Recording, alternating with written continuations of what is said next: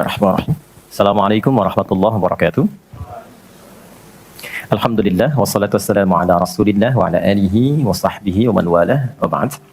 Saudara-saudariku, semoga hari ini kita diberikan kekuatan, kesehatan dan ridha Allah Subhanahu wa taala dalam menjalani kehidupan sehingga semua bukan hanya berjalan lancar tapi juga diberkahi oleh Allah Subhanahu wa taala. Ciri aktivitas yang berkah itu muaranya manfaat. Lisan bertutur beraktivitas. Bagaimana lisan yang disukai oleh Allah? Maka kata-katanya melahirkan manfaat. Kata-katanya keluar baik. Kaki melangkah bila berkah, itu melangkah ke tempat yang baik. Demikian karya-karya pun. Anda boleh jadi desainer. Desainnya disukai Allah enggak? Jangan sampai mendesain sesuatu yang Allah enggak suka. Dunianya dapat, tapi bekal akhiratnya tereduksi di dalamnya. Demikian pekerjaan yang Anda lakukan. Kalau bisa, konsepnya kan sangat ideal. Quran surah kedua ayat 201. وَمِنْهُمْ مَنْ يَقُولُ رَبَّنَا آتِنَا فِي الدُّنْيَا حَسَنَةً وَفِي الْآخِرَةِ حَسَنَةً. Jadi mengejar akhirat itu konsepnya bukan meninggalkan dunia, justru mengkreasikan dunia sehingga dia punya value akhirat. Kalau berniaga, silahkan sukses-suksesnya, sekaya-kayanya, dan konversikan kekayaan itu untuk mencari bekal yang Allah sukai. Wujudnya bisa macam-macam. Dengan kedudukan setinggi-tingginya, sehingga bisa membuat kebijakan-kebijakan yang Allah senangi. Dengan ilmu seluas-luasnya, sehingga banyak manfaat yang kita niatkan sebagai ibadah karena Allah. Dengan tenaga sebaik-baiknya, mungkin ada yang di suara, mungkin ada yang di tangan, di kaki. Bilal kan cari surganya dengan suaranya, dengan azan, bukan dengan harta. Bilal ditawari jadi hakim agung sepeninggal Nabi, setaraf ketua MA gitu ya.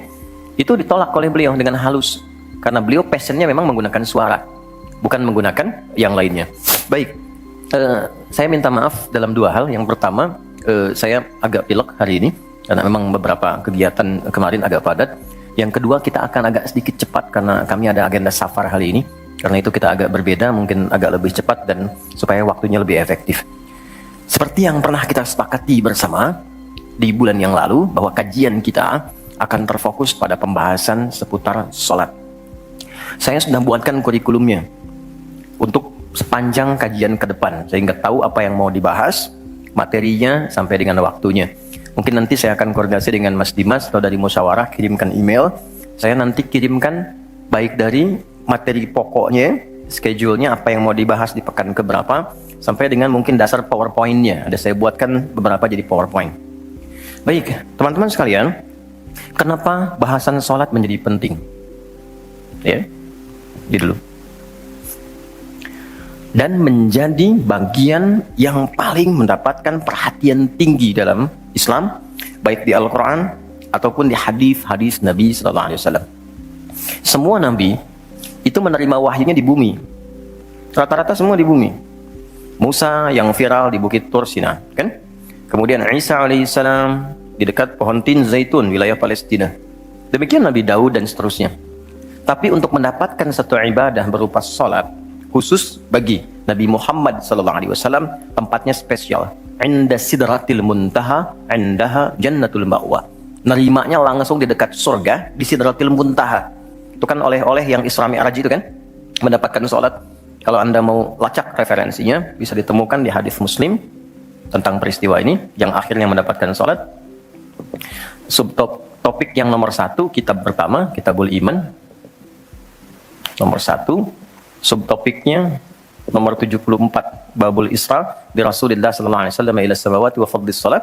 Pembahasan tentang Isra'nya Nabi sallallahu alaihi wasallam sampai di langit dan mendapatkan keutamaan salat. Hadisnya nomor 162.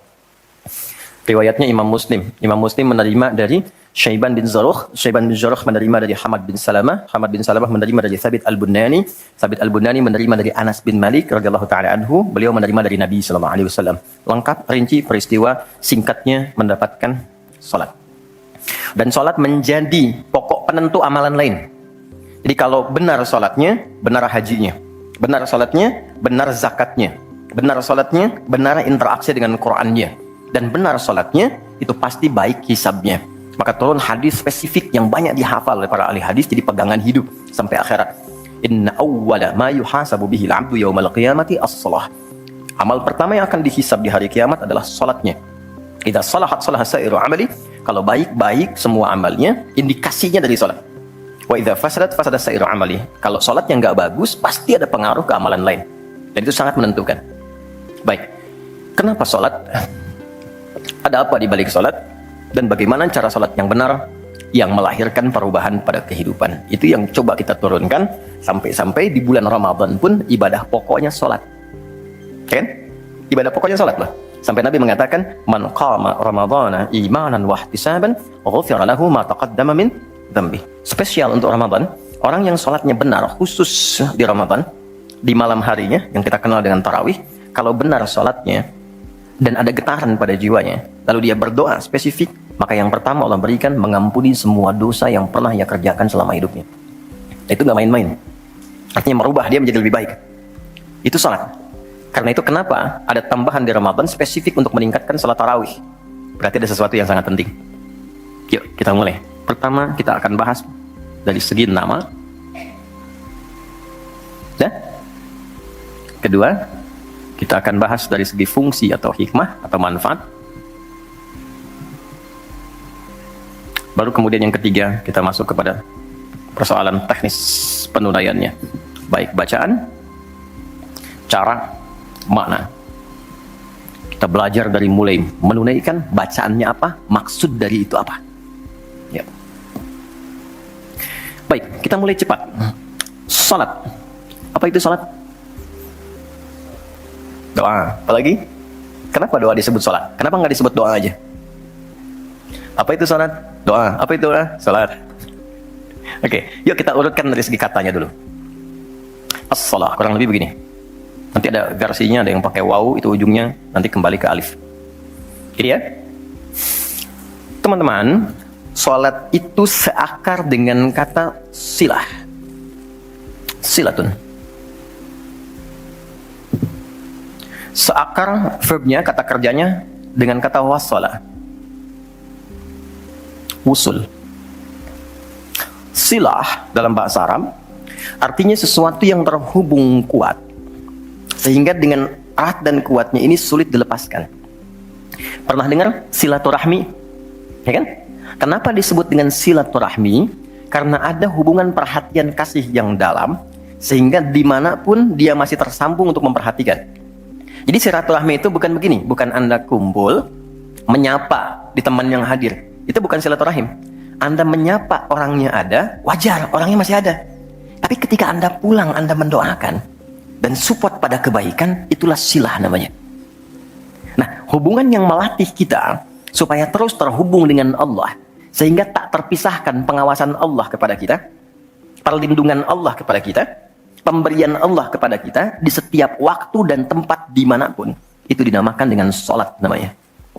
Karena itu, ciri keberhasilan orang yang sholat, yang pertama kali dapatkan adanya konektivitas dengan Allah, sampai dia koneksinya ke Allah. Karena itu disebut wusul. Kenapa secara fikih dinamakan dengan doa? Karena saat berdoa kan terkoneksi dengan Allah, ya kan? Nah, doa yang terkoneksi secara formal kepada Allah itu disebut dengan sholat. Quran surah keempat, dalilnya An-Nisa ayat 103. Quran surah 4 ayat 103.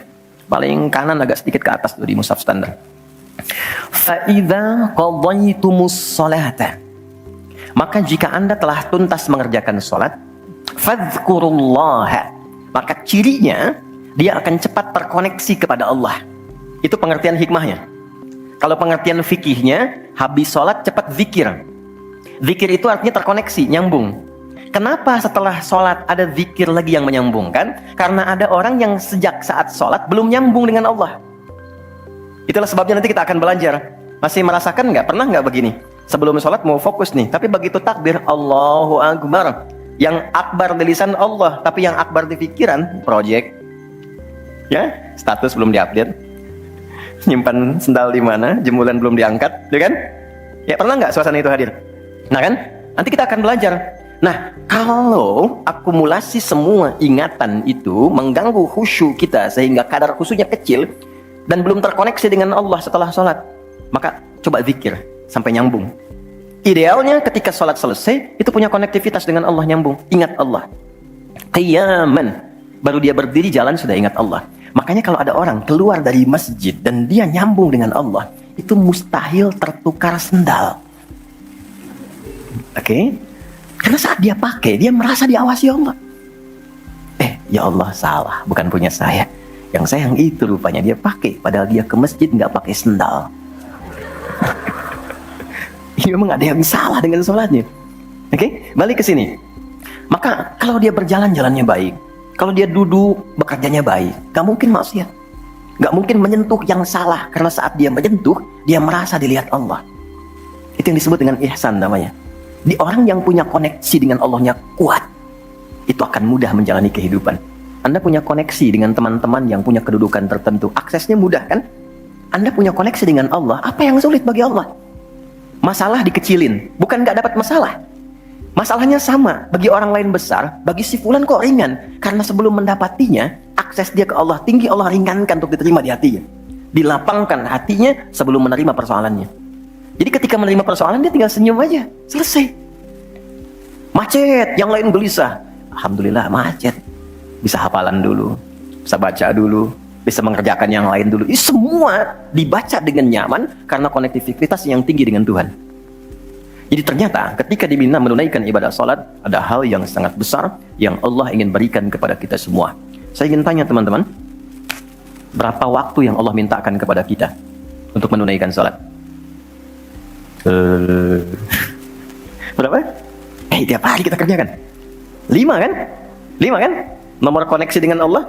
Masih ingat nomornya? 24434, klik, naik. 2 subuh, 4 duhur, 4 asar, 3 maghrib, 4 isya kan? Ayo bikin status. Ya kan? 5 waktu kan? 5 waktu kan? Kenapa 5 waktu? Salah satunya, karena di dalam Quran diisyaratkan orang yang benar salatnya, sesuai yang dengan yang diajarkan Nabi, sesuai yang diisyaratkan Quran, akan mendapatkan 5 kemuliaan dalam hidupnya yang tidak didapatkan oleh orang yang tidak salat. 5 ini. Itu yang coba kita akan keluarkan. Itulah sebabnya kenapa salat sangat ditekankan, kenapa salat diwajibkan.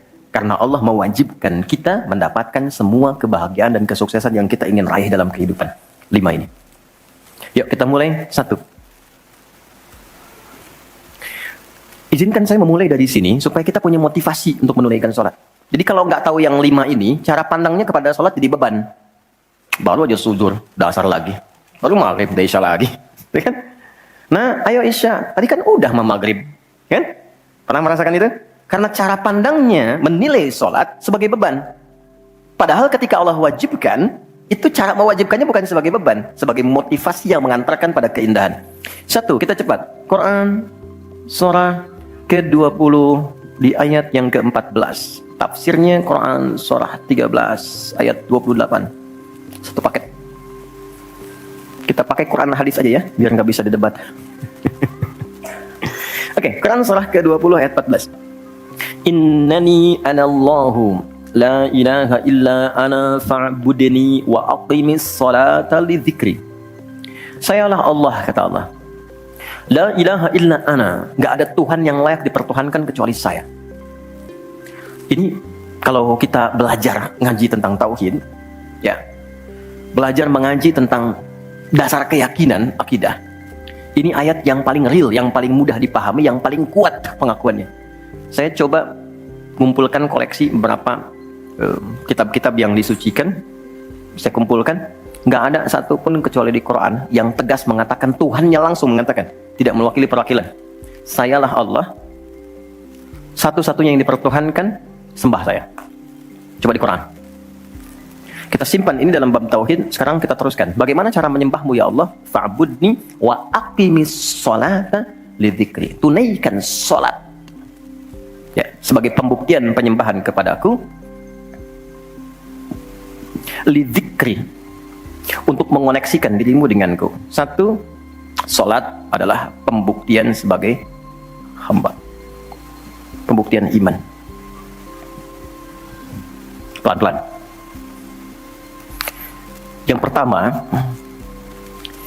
teman-teman sekalian, ketika Allah menerangkan fungsi salat yang pertama untuk membangun konektivitas yang kuat dengan Allah, itu ternyata dasarnya bukan materi, bukan kedudukan, tapi penghambaan.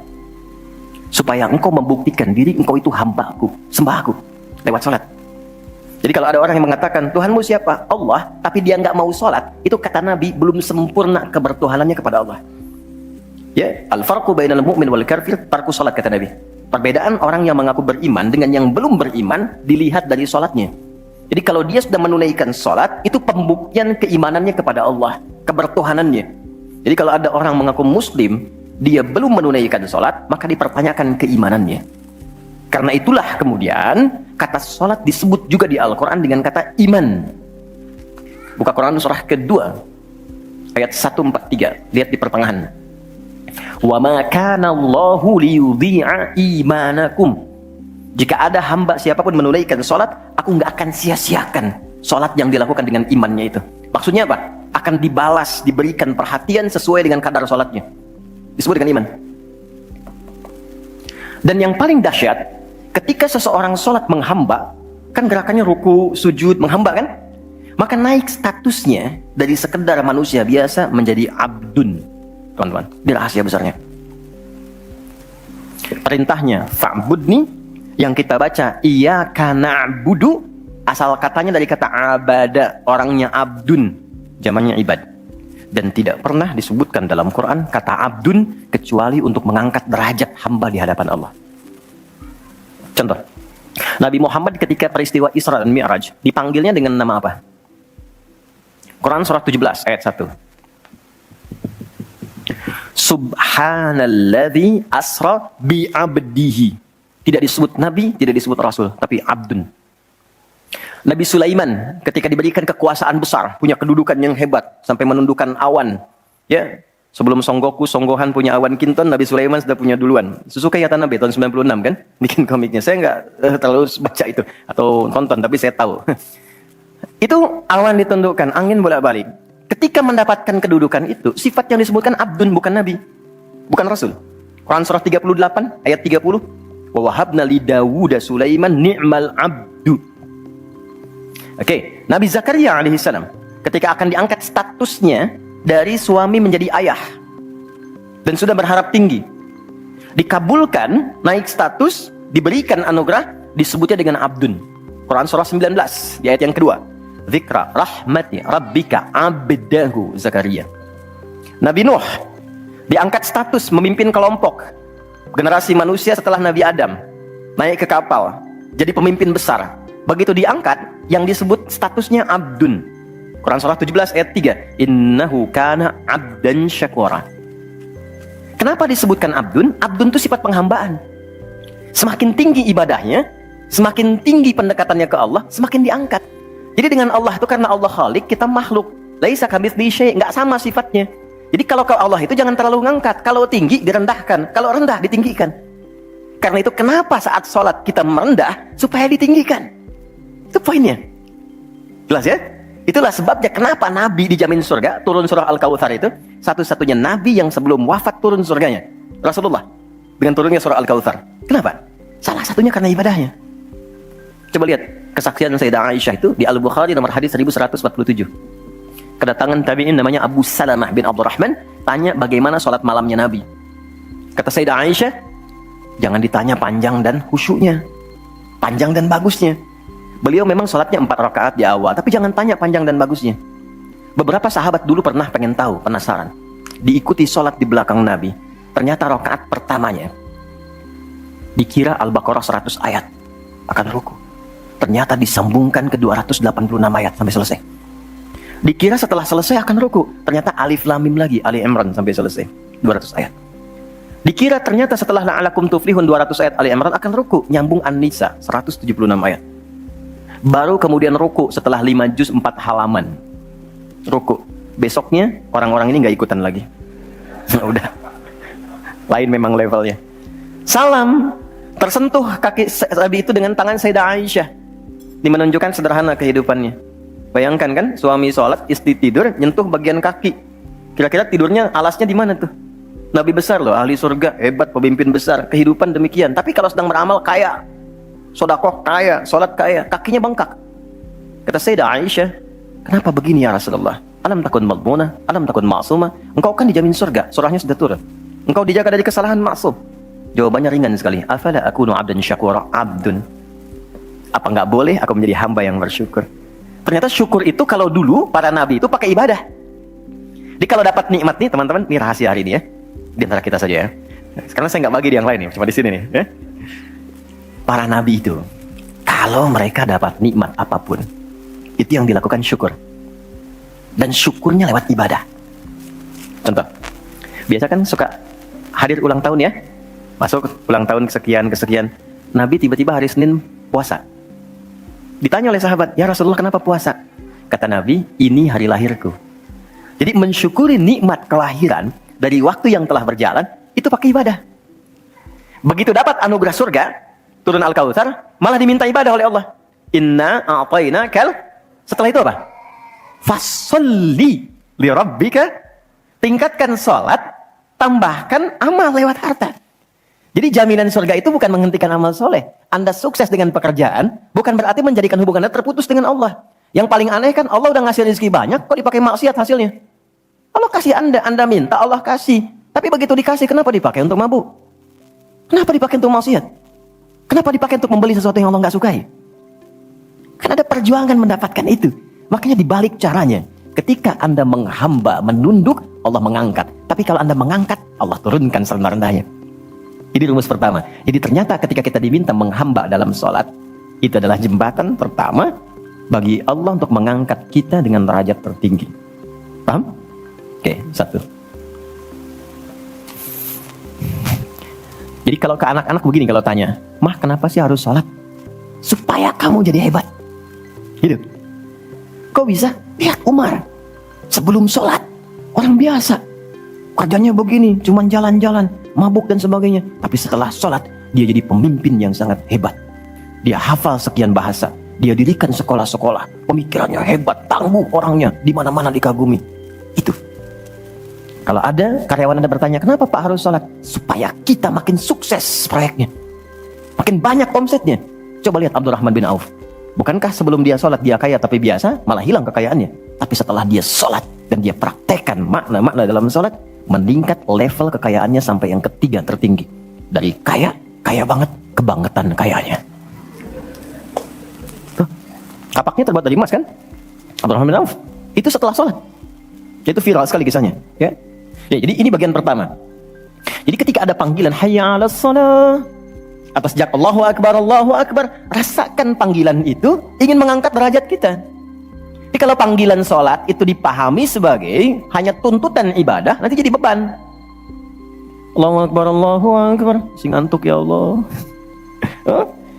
Tapi ketika Anda sudah merencanakan, kan malamnya kita bikin kurikulum, kan kegiatan kita tuh nyambung. Malamnya istighfar, menyiapkan kurikulum untuk besok. Istighfar itu mengoreksi yang belum bagus apa hari sebelumnya. Katanya pengen ke surga, surganya Firdaus, tapi salatnya masih bolong-bolong. Baca Quran belum maksimal, sedekah belum ada. Kita koreksi besok direncanakan. Saya pengen sholat di tempat ini. Besoknya saya akan misalnya mengerjakan ini, capaiannya ini. Bikin kurikulum A sampai Z. Begitu kita bangun tidur, dipanggil. Allahu Akbar, Allahu Akbar. Yang kita siapkan itu tadi, rencana. Dibawa menghadap Allah, minta kemudahan. Minta perlindungan, minta pengangkatan. Makanya kenapa sholatnya disebut subuh dari kata asbah. Sesuatu yang sudah siap dengan rencana. Wasubhi idza tanaffas. Quran surah 81 ayat 18. Di orang Islam itu bangun dari tidur, dia sudah punya rencana yang mau dia siapkan ke depan apa. Jadi nggak ada ceritanya ke depan bingung. Jam 7 mau kerjakan apa, 9 ada di mana. Rencana itu dibawa menghadap Allah. Dalam sholatlah kita mintakan kemudahan. Itulah pengantar pengangkat derajat. Jadi ketika azan berbunyi kalimatnya Allahu Akbar, Allahu Akbar. Ini peluang saya. Jelas? Halo, jelas? Alhamdulillah. 2, masih di sini. 2. Wa aqimis sholata lidzikri, tunaikan salat untuk mengingatku. Apa manfaat zikir? Apa manfaat zikir? Kembali ke Quran surah 13 ayat 28. Ala bidzikrillahi tatmainnul qulub. Yakin, ala itu harful ikhbar wa taukid, huruf yang berfungsi menginformasikan dan menegaskan. Kata Allah, yakinkan pada jiwamu. Semakin banyak engkau berzikir, dampaknya semakin tenang hatimu. Jadi kalau sedang gelisah, zikir, bukan update status. Ingat ya? Karena mengupdate status, mencurahkan pada media sosial, tidak menghilangkan kegelisahan. Dan tidak menyelesaikan masalah. Bintaro macet ya. Apa dengan dibuat macet selesai? Tidak. Nggak nyangka ya dia seperti itu. Nyangka. Ketika ada orang mengatakan nggak nyangka, sedang nyangka dia tuh. Dan tidak selesai masalahnya. Apa kata Quran? Jika Anda sedang gelisah, optimalkan zikir. Apa itu zikir? Semua jenis kegiatan yang menyambungkan kita dengan Allah. Misal, doa. Doa itu di Quran disebut zikir. Quran surah 7 ayat 205. Wadhkur rabbaka fi nafsika tadarruan wa khifatan wa dunal jahri minal qaul.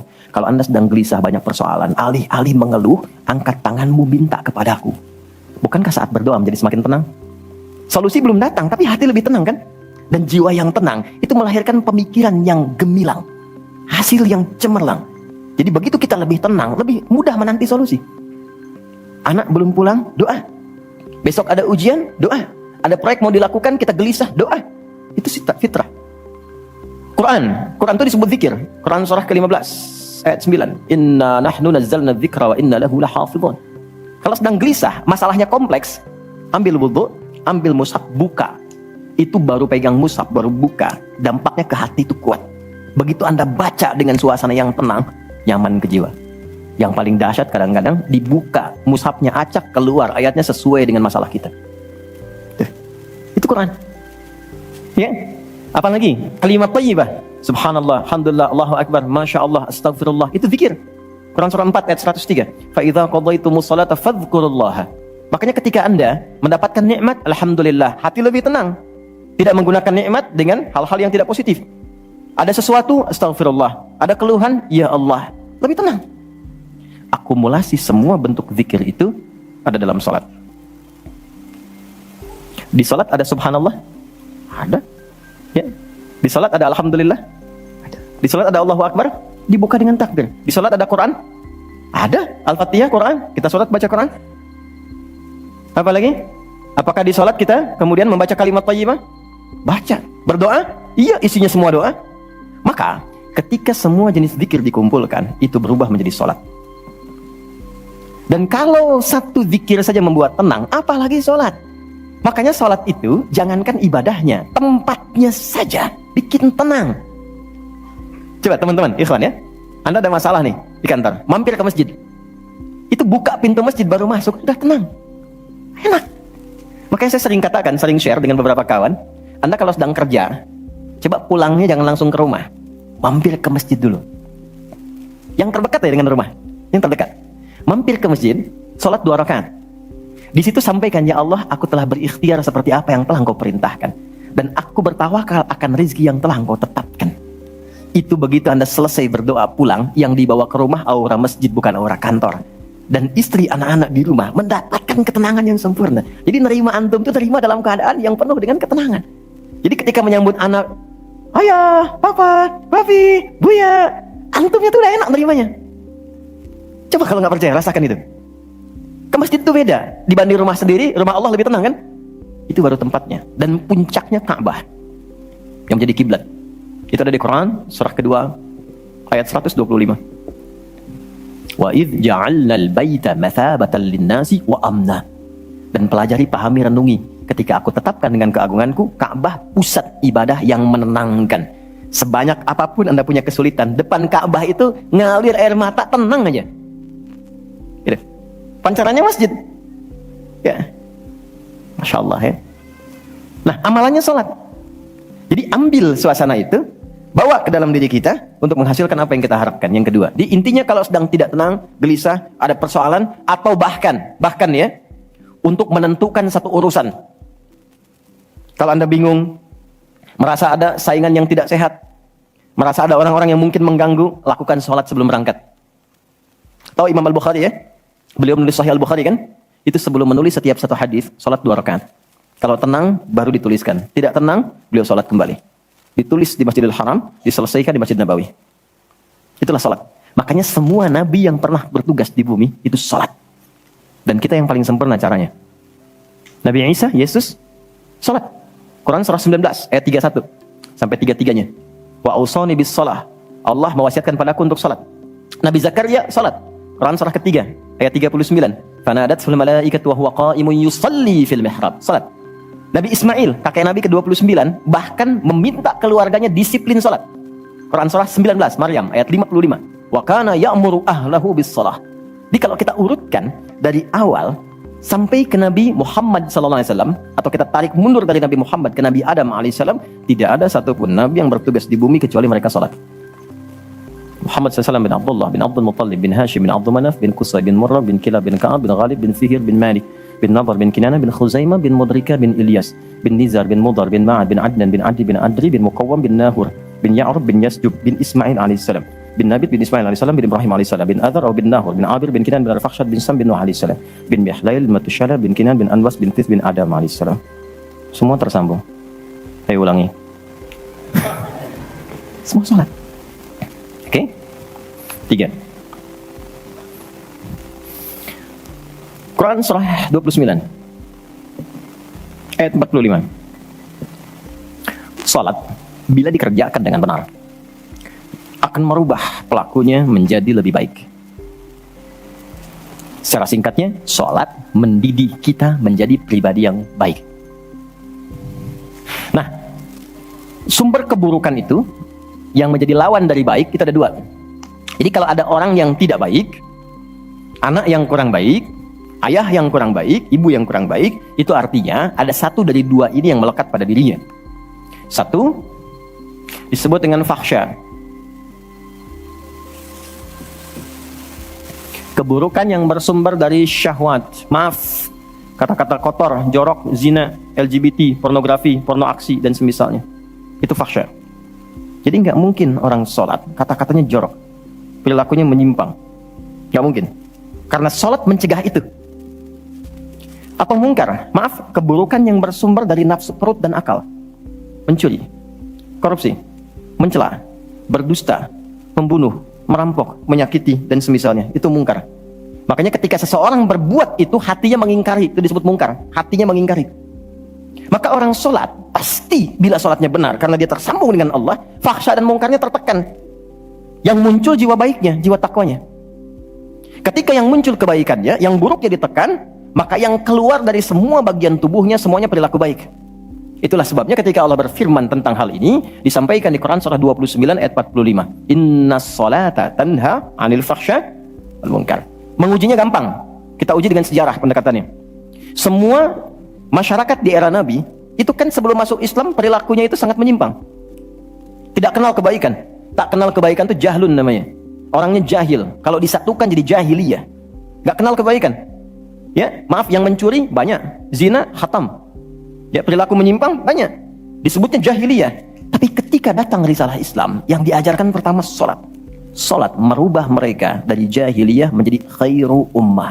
Kalau ada yang paling jujur, itu. Yang paling dermawan, itu. Yang paling baik, itu. Paling disiplin, itu. Kok bisa sholat ditunaikan bisa merubah seseorang jadi lebih baik? Ada sesuatu dalam sholatnya. Itu yang nanti kita akan pelajari. Itulah sebabnya, kenapa anak-anak dari kecil, usia 7 tahun khususnya, yang diajarkan sholat. Masih ingat hadisnya? Ya, saat anak berusia 7 tahun ajarkan sholat. 10 tahun dia masih malas, beri pelajaran yang membuat dia mengerti.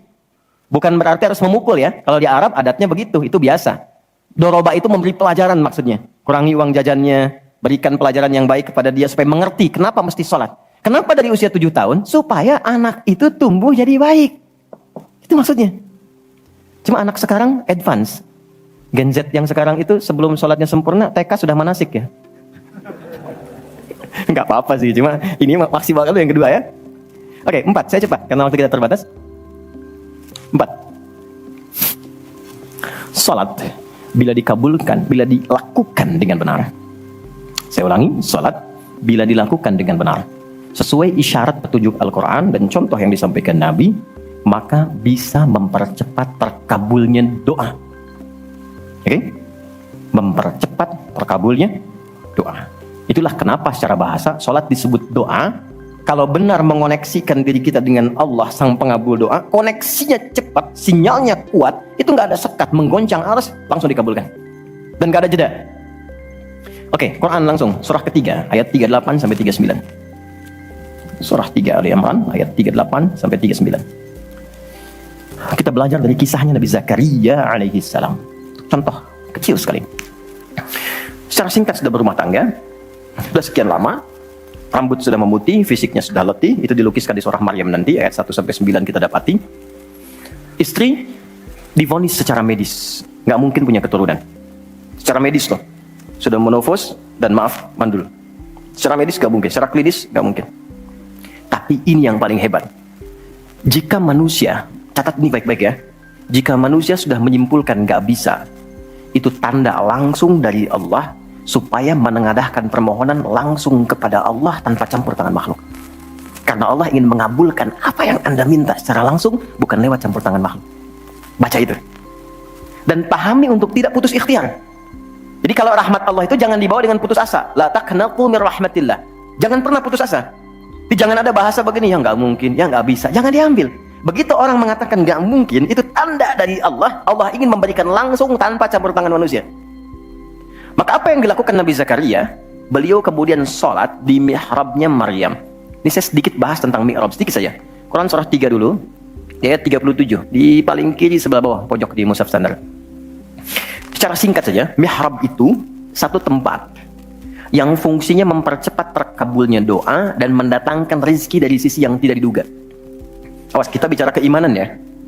Dan di situ dipertaruhkan. Mihrab ini tidak harus lebar dan luas. Sehamparan sejadah nggak ada masalah. Yang penting kita gunakan untuk ibadah saja. Di luar ibadah keluar. Itulah kenapa tempat imam disebut mihrab. Kenapa? Karena imam mewakili makmum untuk memohon kepada Allah dalam sholat berdoa. Makanya kualifikasi imam mesti khusus, bukan imam biasa. Baik. Kemudian tidak harus di masjid, di rumah boleh dibikin. Maryam pernah dibuatkan mihrab. Saat beliau mengkhususkan diri ibadah, di situ apa yang terjadi? Fataqabbalaha rabbuha biqabulin hasanin wa anbataha nabatan hasanan wa kaffalaha Zakaria. Kullama dakhala 'alayha Zakaria al-mihrab wajada 'indaha rizqa. Qala ya Maryam anna laki hadha? Qalat huwa min 'indillah. Innallaha yarzuqu man yasha' bighairi hisab. Ini poinnya. Setiap Nabi Zakaria mengantarkan kebutuhan Maryam, pakaiannya, makanannya, kebutuhannya, itu sudah ada. Dan ingat, status Nabi Zakaria itu Nabi loh. Beliau tahu itu pasti dari Allah. Tapi ingin dikonfirmasi apakah pendidikan beliau selama ini sudah meresap pada jiwanya atau belum. Ditanya, Maryam dari mana semua ini? Maka beliau jawab, Maryam jawab, huwa min indillah. Paman, ini semua dari Allah. Baik ya? Allah memberikan apapun yang ia kehendaki tanpa batas pada siapa yang diingini. Maka ini dibaca oleh Nabi Zakaria. Mayyasha itu. Jadi kalau ada di Quran diksi mayyasha, jangan simpulkan ini untuk dia saja. Maksudnya, jadi seperti dia, maka Allah akan berikan seperti Allah berikan kepada dia. Maka Nabi Zakaria kemudian sholat di mihrabnya Maryam itu. Minta sesuatu yang selama ini kata orang terbatas. Apa yang dilakukan? Sholat. Dalam sholatnya minta. Perhatikan cara mintanya. Satu, menyebut nama Allah sesuai kebutuhan. Jadi Allah bentangkan semua nama terkait semua kebutuhan kita. Anda butuh rizki, sebut ya Razak. Anda butuh ilmu, sebut ya Al-Alim. Ya kan? Anda butuh ketahanan mental diri, sebut ya Sabr. Itu 99 tersebar. Itu rumusnya di Quran surah ke-17 ayat 110. Quran surah 17 Al-Isra ayat 110. Qul id'ullaha aw id'ur rahman ayyamma tad'u falahul asmaul husna. Kalau Anda punya persoalan, segera curhatkan kepada Allah, minta, berdoa. Sebut ya Allah yang standar, atau ya Rahman naik sedikit, atau pilih nama yang sesuai kebutuhan kita. Jadi nggak harus semua disebut, takutnya nggak butuh dikasih. Ya Allah ya Sabar, nggak pengen punya masalah, turun masalah kan? Nah, Nabi Zakaria divonis ada keterbatasan, nggak mungkin diberi. Maka beliau meminta dengan nama Allah yang memberi tanpa batas. Dalam bahasa Arab disebut dengan Wahhab, pemberi tanpa batas. Kalau dialihkan jadi bentuk permintaan, fi'lil amri lit talab, bukan perintah di sini tapi untuk meminta, maka rubah kalimatnya jadi hab. Kalau untuk pribadi, habli. Untuk komunal banyakan hablana. Karena ini kasusnya pribadi, maka di ayat 38 beliau meminta, hunalika di mihrabnya Maryam, da'a Zakaria rabbah. Berdoalah Nabi Zakaria kepada Allah Rabbnya. Perhatikan, qala rabbi habli min ladunka dzurriyyatan thayyibah innaka sami'ud du'a. Ini fikih doa yang penting dipelajari. Ya Allah, ini kalau terjemah bebasnya begini, mereka mengatakan aku nggak mungkin punya keturunan. Maka aku memohon darimu saja yang tidak punya batas dalam pemberian. Mereka katakan aku nggak mungkin. Aku memohon kepadamu yang tidak punya batas dalam pemberian. Innaka sami'ud du'a, sungguh engkau pasti mendengar doaku. Kalau kepada yang maha mendengar tidak terkabul juga, kepada siapa lagi aku mesti memohon?